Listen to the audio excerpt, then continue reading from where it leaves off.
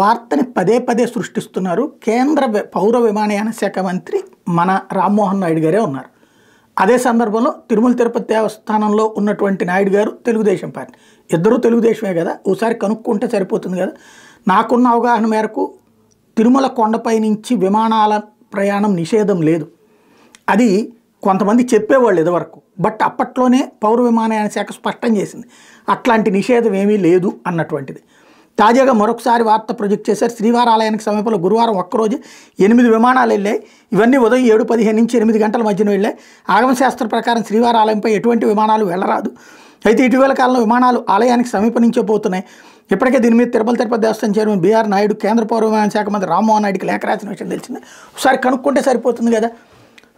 తిరుమల కొండపై నుంచి అయితే అట్లాంటి నిషేధం అయితే లేదు. గతంలో పత్రికలు రాసేవాళ్ళు అట్లాగా అట్లాంటిది ఏం లేదని అప్పట్లో చెప్పారు. మరి ఇప్పుడు ఏమన్నా మారిందా లేకపోతే నిజంగా ఉందా, ఒకసారి ఇద్దరు కూర్చుని స్పష్టత ఇస్తే సరిపోతుంది.